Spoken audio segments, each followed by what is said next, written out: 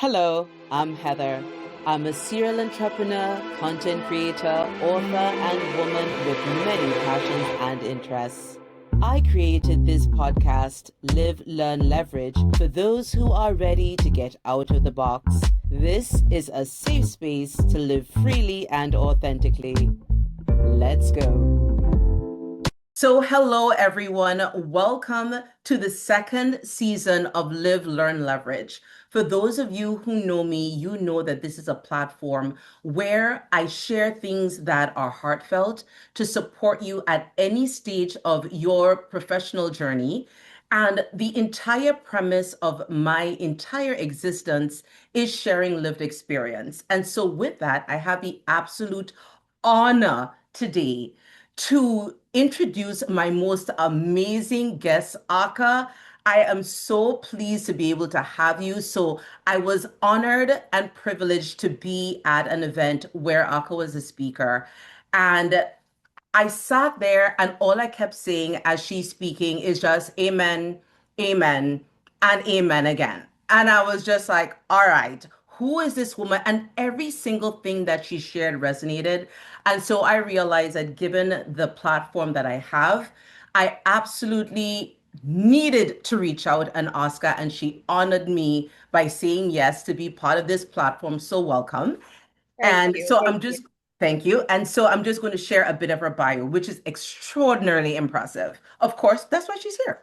So, Aka Ali-Kerr is a seasoned human resources leader with over 24 years of experience shaping people strategies that drive business success. She is the author of The Master Guide to Leadership Through the Lens of Care and a John Maxwell certified coach, trainer, and speaker known for inspiring leaders and teams through keynote addresses, workshops, seminars, and one-on-one coaching. So, Aka, welcome to Live, Learn, Leverage.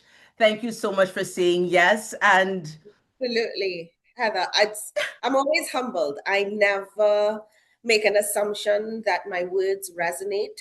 So when they do, and yes. when they're planted on fertile ground, I just give God all the honor, glory, and praise. So thank you.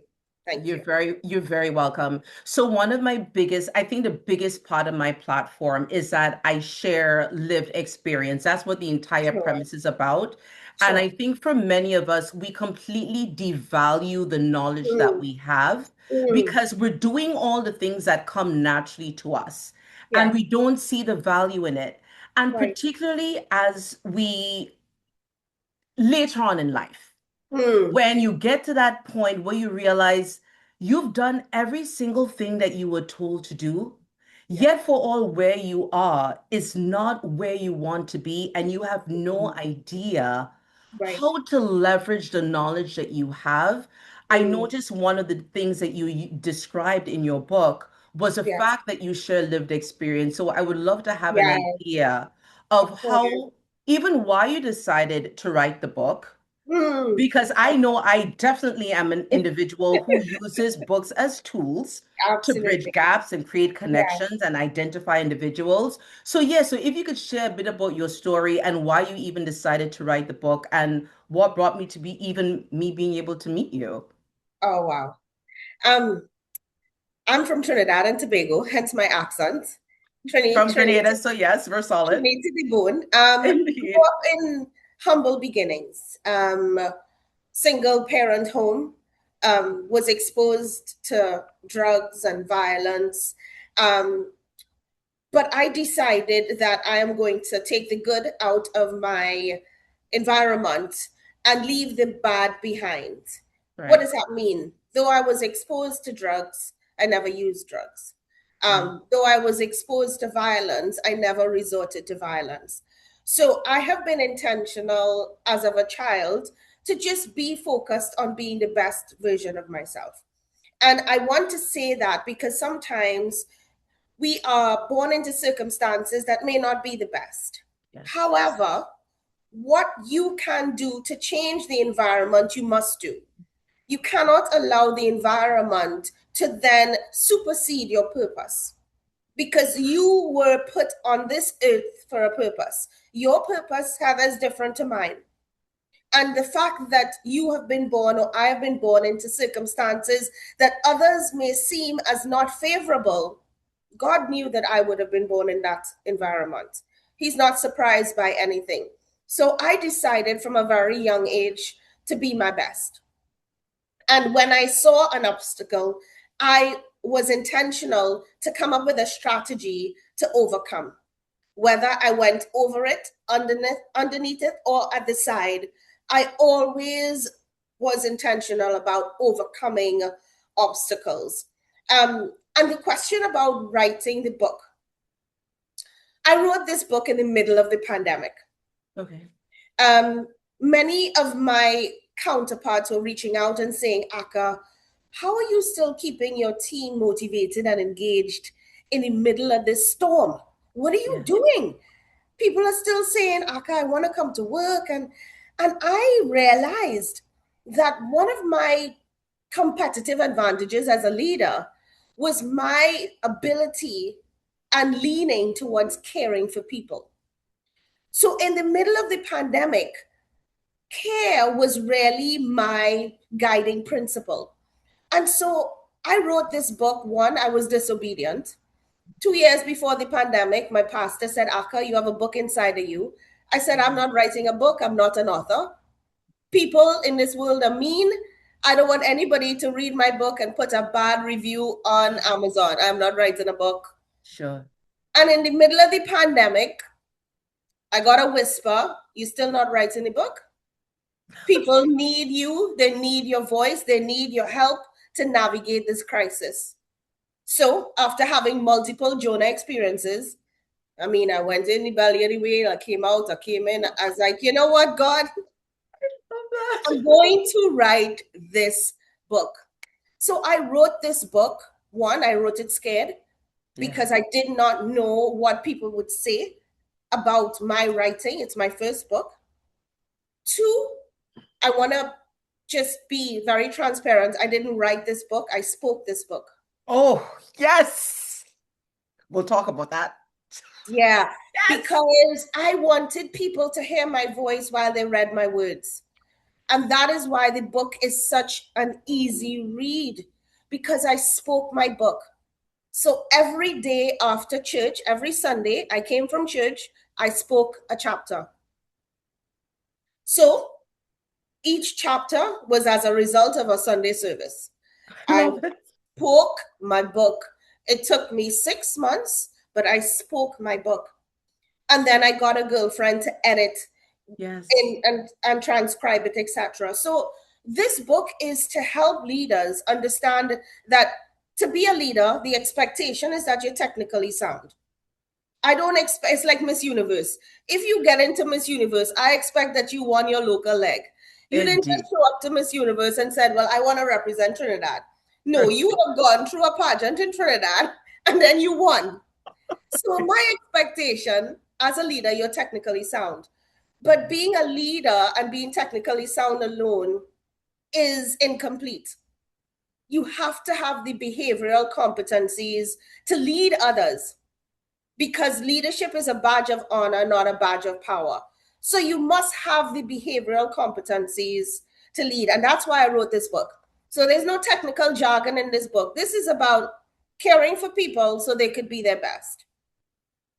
I love that. So I feel like I have to go back to what you said. A lot of what that you spoke another book, but anyway, well, carrying, going steadily along. So you mentioned your childhood. Yes. And I realize a lot of what I do is reflective, right? Hindsight is 2020. I Absolutely. have the language now. And as I think of the different people, so my audience is primarily between 40 to 60-ish, and that could skew, lower or higher. Yes. However, at any stage, an individual can come across us at any age and circumstance. And I realized that for me, I got to that place where I wanted to be the example that I didn't see.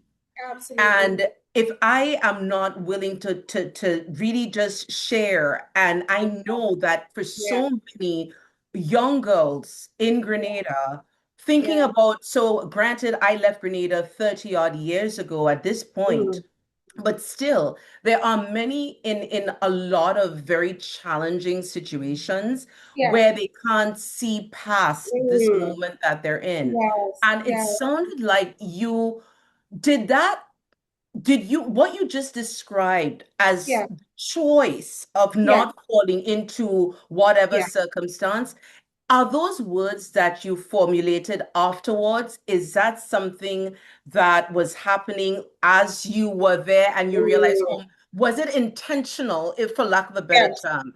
And the only yes, reason I'm also saying that is that there's a village part of the Caribbean as well, right? So for definitely. those of you who don't know, who've not grown up in the islands, you Mm, you go to school and you get in trouble at school, you are not going home and that's telling right. your parents because you're going to get blows twice. And so it is just what it is. And they're going to ask you, why did you get in trouble? And the teachers, Right. and that's there. So it's that Yeah, situation, right? So there's yes, a communal aspect of it where it's not absolutely. in the United States where people don't know who you are. They know your uncle, aunt, Yes, grandparents, and everyone yeah, else. yes, So yes, I yes, feel like there was that accountability that kept me a little bit straight, if I'm yes, honest. But yeah. then the Mm, flip side of that, if I'm also honest, is also what suffocated me because I mm, realized that I thought differently to a lot of mm, people. that's And good. my Okay. expectation was different. And not that I felt like I am better than anyone. That wasn't it. But I Mm-hmm. just felt like there was more. I didn't know what more meant. I didn't Yes, know what yeah, more looked like. But yes, I just wanted something else. And there was just that absolutely. dissatisfaction. So, like, I'm curious Yeah. for what your Mm, aha moment was. It really what was happening then? Because I remember then I was just agitated and annoyed. yeah, You know, I yeah, have the words for it now, and I yes, know because right. of, but in that moment, Because of was your I journey. really feeling Yeah, uplifted? Like, I yeah, struggle to say that I was. And so for those people who are in that really mm, horrendous situation, because you know what, sometimes people yeah. do make really bad decisions. Absolutely, And I absolutely. don't want that. Yeah, I wouldn't want anybody to feel as Yeah, though, well, I made this, therefore I'm stuck. yes, But yes, yes. how did you, Mm. yeah, if you I don't mind my asking. remember, I remember my family always saying to me, Aka, you're different. Yes. Um, Was that a positive different or a negative different? well, I at that time I felt like the odd person out. Understood. But Okay. So, when I yes. tried or even thought about doing something that was not good, I felt uncomfortable. Also, okay. So my makeup, and again, I align this to God because even when I didn't know him, he knew me. And he was protecting me even before I even asked for protection. Because the things that I have witnessed, it's not normal. It's not normal to be exposed to that level of violence Right. at such an early age. Right. Um, Being comfortable seeing police at your house, that is not normal, right? Understood. But I knew within myself, one, that I wanted to be different. Right. I wanted, and I had the courage at that young age to be the only one. Right. And Heather, if you What ask, age are we talking about, by the way? so Ish. from Range from ish. from so I was born into this environment. So my awareness of it was 4, 5, Got 6. it. I Got was it. aware. I Very, was very, aware very young. Okay. very, very Understood. early. And I just was I'm I was well, I grew up as the only child. My mom had my brother 14 years after. So I always say that I almost made it to being an only child. Yeah, he kind of stopped it at age 14, but nevertheless, um, so I spent a lot of time alone. So I would have conversation with my dolls and we would be talking about the future, what we're gonna do, Right. where we're gonna be. And so I think I created the world that I wanted to be in. And so that almost cocooned me into that safe environment. And I just was never attracted to drugs. Like I would see it, and it'll be home and I'll be like, okay, where are my dolls? Can I get something to eat? Right. I just, some children, they see it. Curious, right. Curious. I just never had the desire. I didn't like the smell. I was like, I don't know what this is about. And I just never had a leaning towards using drugs. So I think that, again, I only could say God, Heather, because I have family members who unfortunately were exposed and then tried it and now are navigating addiction. Different life. So I just have to just say, but God. But God. And I want to speak to someone, a young person, as you alluded to, who may be in an environment that may not be the best.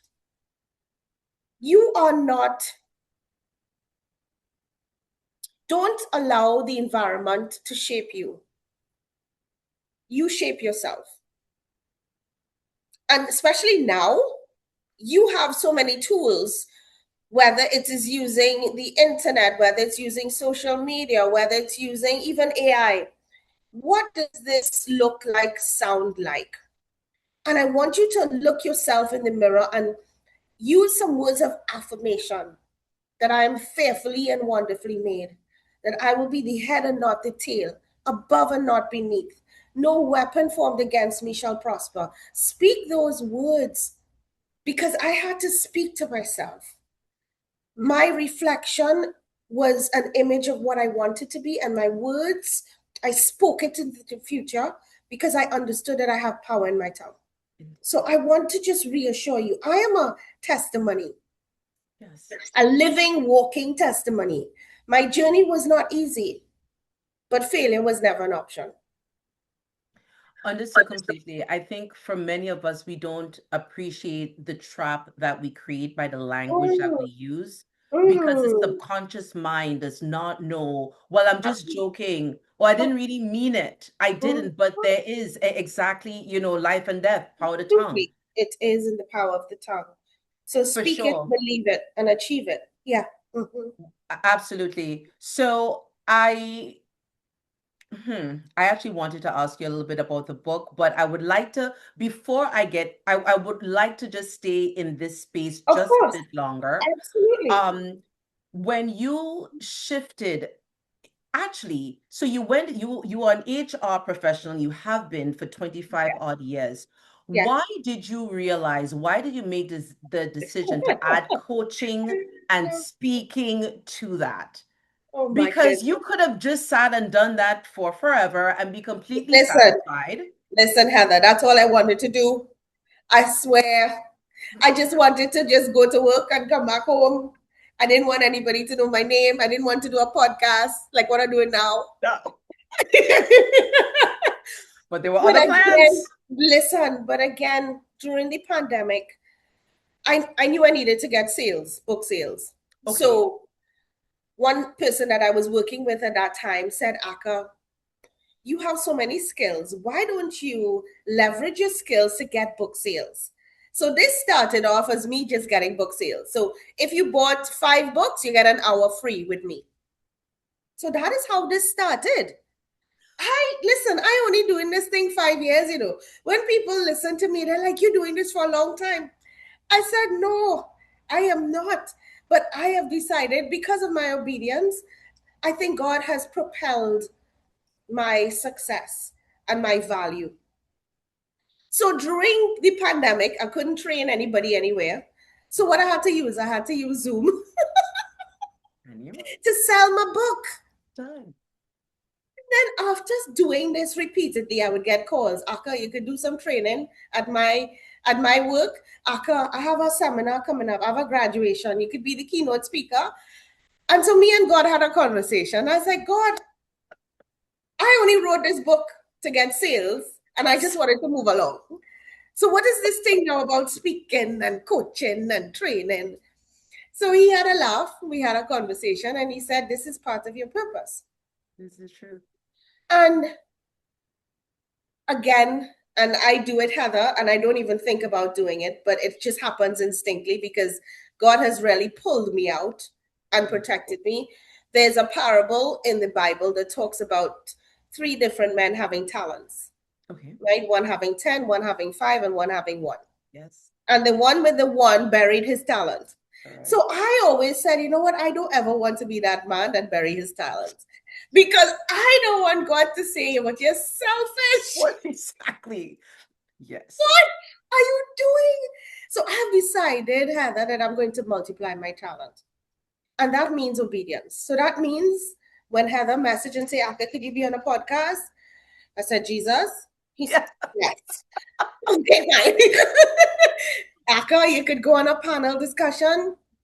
Jesus, I just want to go to New York. No. Yes. So me saying yes, it's only because of this obedience. So my first degree is in psychology. Okay. And I have a minor in legal studies. Okay. Because I wanted to be an attorney. I said I want to defend battered and abused children. That was my heart's desire.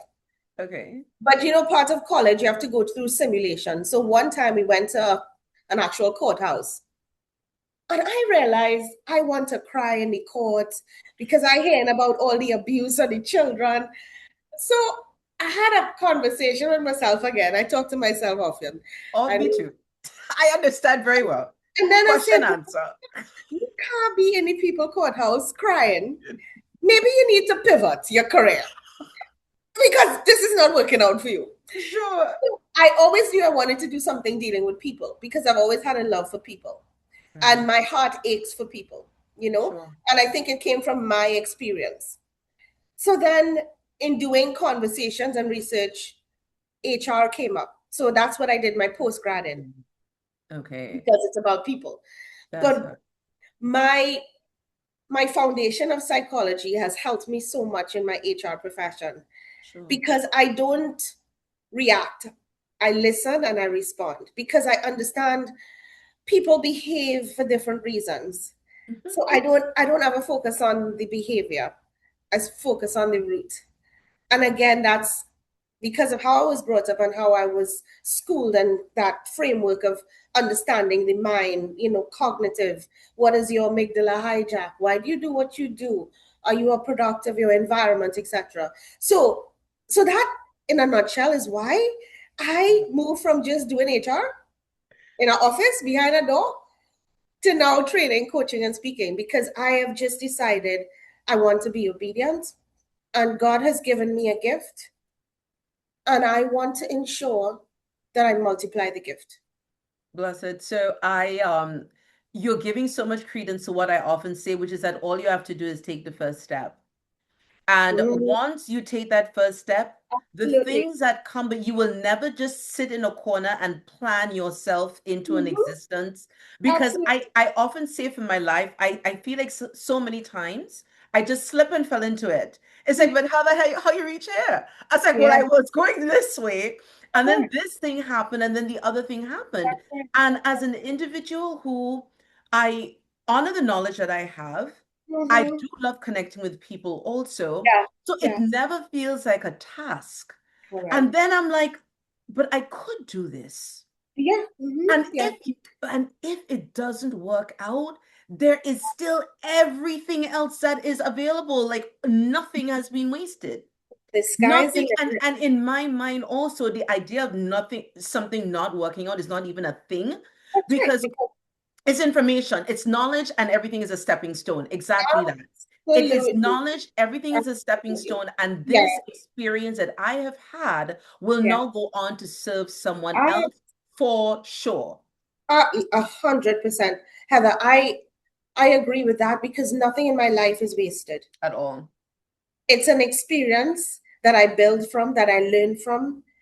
Actually, my failures have been a result of my exponential growth. Sure. Because it's in failure that you grow. If there's always a space of success, What are you learning from? What experience? But it's in my failures. The first session that I did, I was so nervous that I don't think I was able to put together two sentences without saying, well, so, but now I speak with the confidence because it was incremental growth. The I plants, love that. like the plants behind you, Heather, they grow incrementally. You don't see them grow, but they are growing. Correct. So Correct. what do you do in the dark when no I one think is looking? You have to absolutely. grow. You have to get roots. You have to water the roots. You have to make the soil fertile, learn, grow, ask questions. And that is how I have evolved in 5 years, now having a conversation with you and feeling comfortable having the conversation. Sure. I often say, if it wasn't for my failures, I'd be completely useless to anybody. Like, what So, would I be able to help you with if I didn't go through anything? I would be truly, it's like, and my life is fantastic and fabulous. yeah, I cannot please. relate to what you're saying. Sorry, ask somebody else. Yeah, But like it's like, how useless is that? Yeah, right? how do you I add mean, value to people? And you know what? When I hear leaders tell me, "No, I've had an amazing career," I'm like, "Why are you being such a stranger to the truth?" I, but I Why? feel no connection with people like that either. I'm Absolutely. like, Listen, yes, I share, don't resonate. I just share your can't. failures. I make the analogy of there's a sign when you get into the car, put on your seatbelt. Sure, I don't have to wait until I get in an accident to put on a sure, seatbelt. Just like you don't have to live my failures to learn from it. So that's why I share my failures. indeed. Because you could just put on your seatbelt. Don't ask no questions. You know why? Because Aka told me the last time she didn't put it on, she bounced her head. Okay, I'm going to put on my seat. Because as leaders, we have to share. We have to So share. I Oh, love, for me, I often say, like, well, it's not often say, it's the truth. I built a business by putting all of my programs in a mhm, package. Literally, it's like, how did I overcome? Because it never occurred to me that all of the until 5 years. So it was very much 2020 when I entered into right, my third career.